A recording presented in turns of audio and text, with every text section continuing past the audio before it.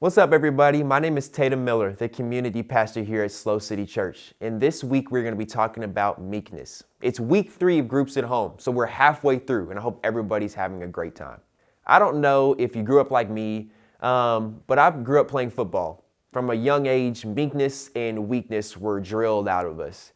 The meek and the weak were not allowed to play. Only the ones that were courageous and big and strong and weren't afraid to hit somebody got to play on the field. So from an early age, I equated weakness with meekness. But that is not what meekness is. When Jesus sits down on that hillside and says, "Blessed are the meek, for they will inherit the earth," he's not talking about people that are shy and timid and scared, though he loves those people. He's talking about meekness. See, meekness is a virtue. Meekness does not mean weakness. It means diligence, courage, humility, patience, and love. There are numerous examples of biblical leaders like David, Daniel, and Deborah, and even Jesus that we see throughout Scripture that have meekness. David, though we consider him one of the greatest rulers in Israel's history, was a meek man. He made a pretty big mistake, and then he humbled himself before God.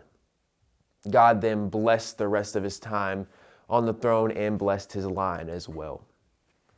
Daniel was also a meek man. He spent a lot of his time in Babylonian exile under King Nebuchadnezzar.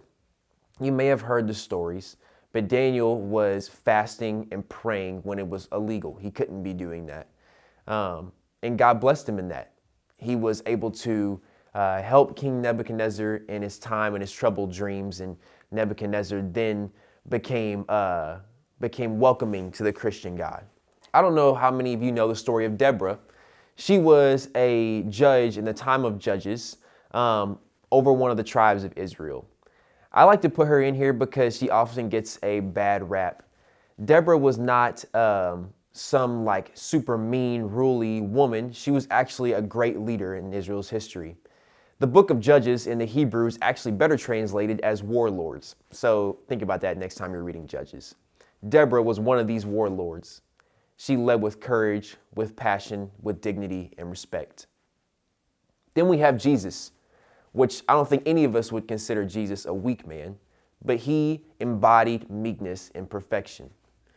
He always had that God card, that ultimate triumph that he could pull at any time that he wanted to, but he didn't for our sake.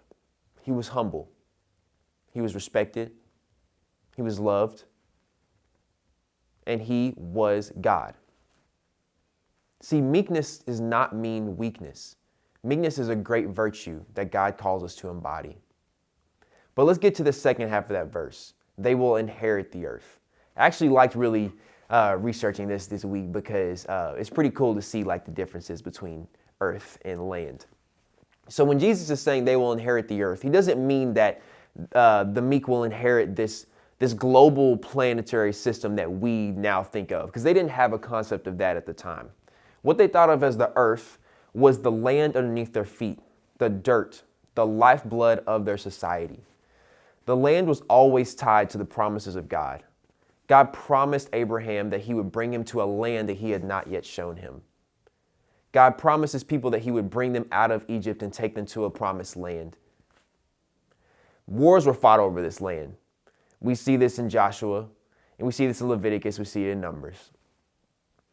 People had to farm the land every single day to feed their families. They had grain festivals and offerings that they would offer to the Lord for atonement of their sins, or just a remembrance of the good things that God had done for them in the past. Even communion, the act of drinking the wine and eating the bread, 2 items that come from the land. God's promises always involved the land. So when Jesus is saying, "Blessed are the meek, for they will inherit the earth," he's actually saying, "Blessed are the meek, for they will inherit their destiny." They will inherit the place that they were meant to be, the good things that God has promised for those who love him. So this week, we're going to be talking about meekness. I don't know if your story is like mine, equating meekness to weakness from a very early age.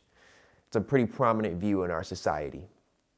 But Jesus speaks into culture as the voice of reason, saying the meek will be blessed and they will inherit the earth.